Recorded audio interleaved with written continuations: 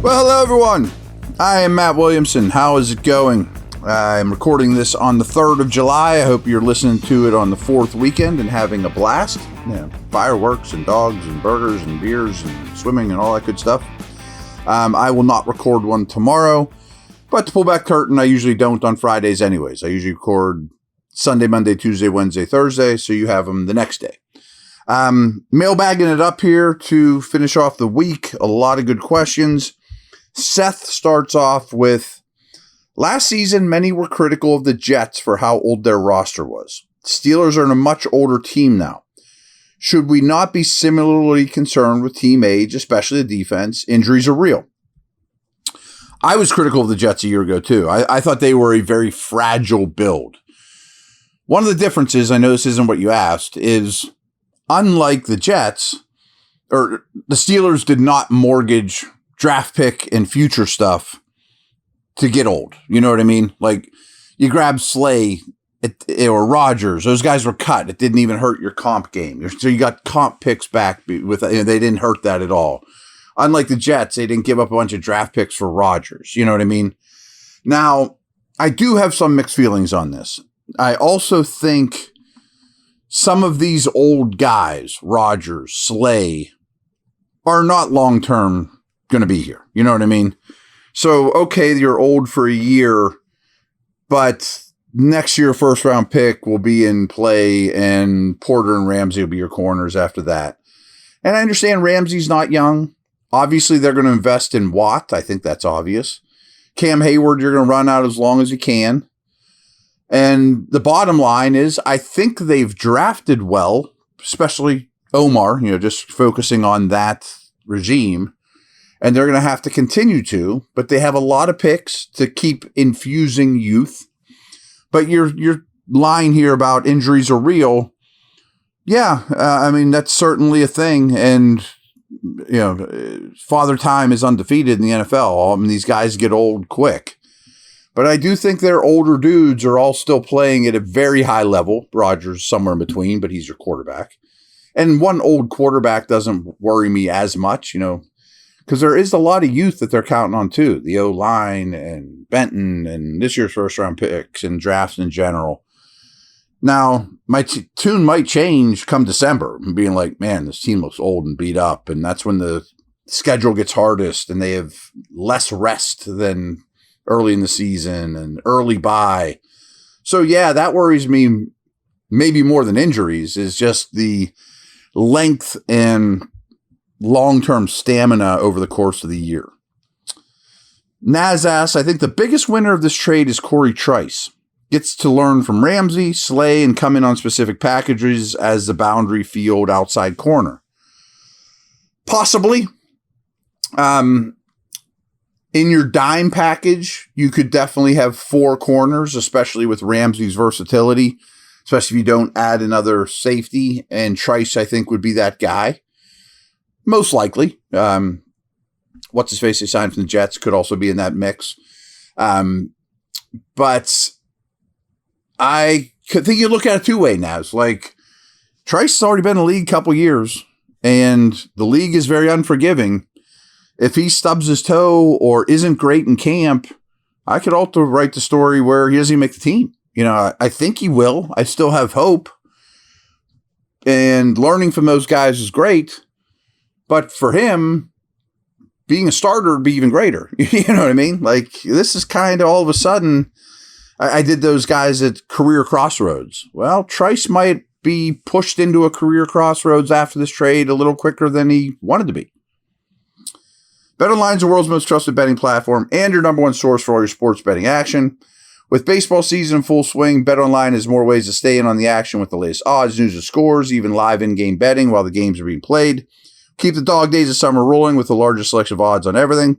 With updated odds on MLB, UFC, and boxing to tennis and NFL futures, BetOnline remains the best online source for all your sports wagering info. In between games, head over to the BetOnline Casino with all the top Vegas-style games, including poker and live casino.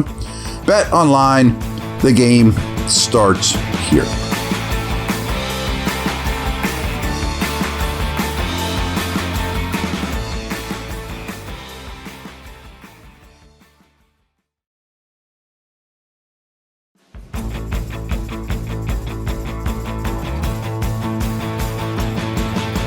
Matthew Allman. Matt, what do you think about Ramsay never coming off the field? Play free safety and base, slot defender and nickel dime. It seems like the best way to have your best DBs on the field at all times. He's got the build to do it. Love the show. I have thought about that, and I think it's an option.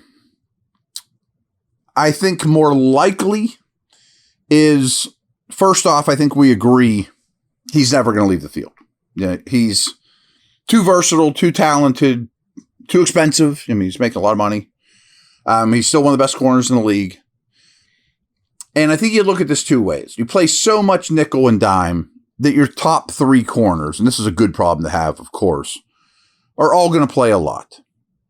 But back to the old guy situation, if in your base, if it's Ramsay and Porter, Thornhill and Elliott, which I think is probably the most likely scenario, and that sounds like you're shortchanging Slay, but he still could play once in a while in those situations, all the time in nickel with Ramsay bumping to the slot. And my point with this is maybe Slay with his older body says, instead of 98% of the snaps, I play 70% of the snaps and extends my career, and I do less tackling and all my work's on the outside and go from there. But I guess it's possible. I mean, Ramsay could be a free safety in 4 defensive back situations. I mean, that would get your best 4 defensive backs on the field. I mean, that's a possibility. Christy Steelers asks if Fautanu had a similar year to Frazier last year, where could that rank him amongst offensive tackles? Top 10? And Jones is at least average. What's the potential for this O-line as a whole? Well, I do think if pie in the sky, and I don't think this is crazy to talk about, that you could have 2 really high-end starters in Fautanu and Frazier. Frazier to me is a top 3 center already. I'm sure I won't be saying Fautanu's a top 3 tackle at this point. It's just harder to climb that ladder. I mean, is he better than Lane Johnson, Penei Sewell, and Tristan Wirfs and Trent Williams? Probably not, in his first year as a starter.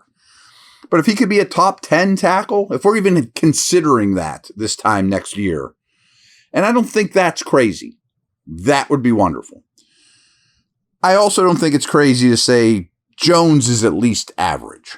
I mean, that's a step forward, but he's certainly capable.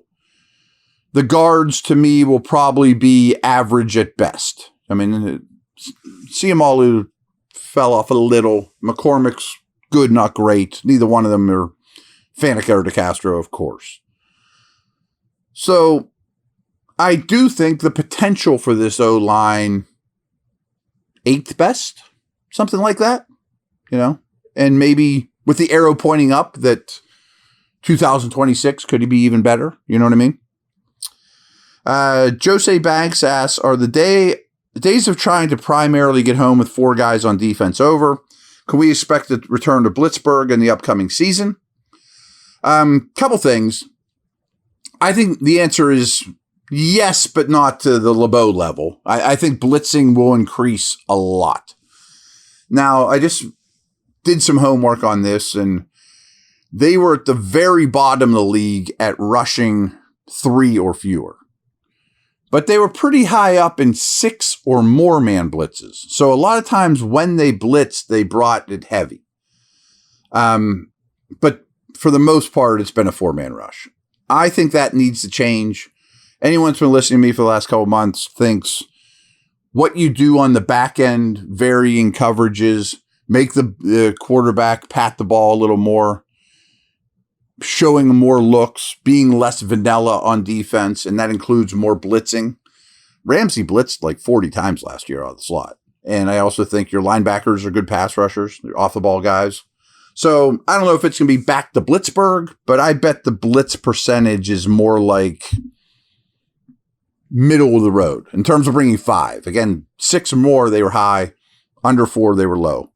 But if it's a 5-man pressures, I definitely bet increases to about middle of the pack. Got 2 more here. Steven Manos asks, gonna miss Mink, But with him gone, could the Steelers draft a big name safety next season? Talked about this yesterday. They did kick the tires on some, the kid Inuare from South Carolina, who, by the way, went early to mid-second. If that was their favorite safety in this draft, could have got him with like the 40th pick or so. So I think it's possible, but I think that's a lot of the crux of the trade is I can get a day 2 safety. I'm not implying at all that they're going to take a big name safety, the kid out of Ohio State, Downs, who's going to go like top 5. I think the first round is pigeonholed for a quarterback, and maybe a day 2 safety would make sense. I think deep down, this is just an Omar economic situation where I don't love having a ton of money invested in a star safety. I'd rather invest in a corner because on day 2 or even into the 4th round, I can find starting safeties much easier than I can start starting corners. So I think it's possible. Who knows? But I don't think don't think it's going to be like a round 1 situation. Ryan Madison, we'll wrap it up with this one. With all these B options as pass catchers, Jonnu, Freiermuth, Austin, Wilson, Woods, Warren, etc., can't Rodgers simply become a QB point guard and feed whomever gets open and has the right matchup week to week? Would seem very difficult to game plan against, right? I think it's a great way of looking at it. And I think that Rodgers is highly capable of doing that. Mostly even pre-snap. He's so smart and he understands defenses and diagnosing and all that stuff when he comes to the line of scrimmage. And I think I've talked about this too. Rodgers doesn't want a ton of motion and bells and whistles. He wants a static offense. That doesn't mean he's outdated. I mean, by the way, Peyton Manning was the same way. Marvin was on the one side, Wayne was on the other. And you just kind of watch, you play a little bit of game of chicken with the defense. See what they're doing, snap the ball kind of later in the down, later in the play clock, and read their eyes like a poker player. Figure out what they're trying to do. Oh, this corner is going to blitz. I'm going to make these adjustments, get you in the right play. That might be his greatest strength at this point. And assuming he has a trust factor with all those pass catchers or most of those pass catchers you mentioned, yes, I think that that's a big part of it is, well, there's no perfect defense to cover every guy. And if we can throw a wide variety of personnel packages, which I think they will on offense now with all these tight ends, you'll see 12, you'll see 11, you'll see 13, might even have a fullback on the roster when it's all said and done. Who knows? And, rotate different receivers, rotate different tight ends, even though it's 12 personnel. This time it's Washington and Freiermuth. This time it's Washington and Smith. This time it's Smith and Freiermuth, And realizing the weaknesses of the defense, yes, I think he could definitely point guard it up to, okay, maybe Roman Wilson's my 4th best receiver on the field at this particular play, but he's got a great matchup against this terrible slot guy that I want to pick on. I'm going that way and almost predetermined. And assuming the things go as planned, yes. Now, that doesn't mean turn your nose up at one more wideout. I don't think that's what you're asking either. But I'm sure the one more wideout isn't going to be Ayuk or McLaurin or some massive star. It could be Cooper or Davis or somebody like that, or Christian Kirk maybe at best, something like that, which would be great, but it's not going to be like, I guess a good way of putting it is, other than Metcalf, maybe you're not asking these guys to just go out there and win one-on-one time and time again. I'm going to figure out who's the best option, get it to them. Maybe it's a back, maybe it's tight end. Middle of the field's bad. Week to week, as you mentioned. As opposed to Jamar Chase and Higgins, you guys just better than everybody. Go win your one-on-one matchup. I'll get you the football. I think it'll be more the opposite. So good way of saying it, the point guard situation with Rodgers, because mentally, that's definitely there. All right, guys, thanks again. Enjoy your holiday weekend. I am going to try to record something Sunday so you have it Monday, but I think that's my plan. All right, over and out.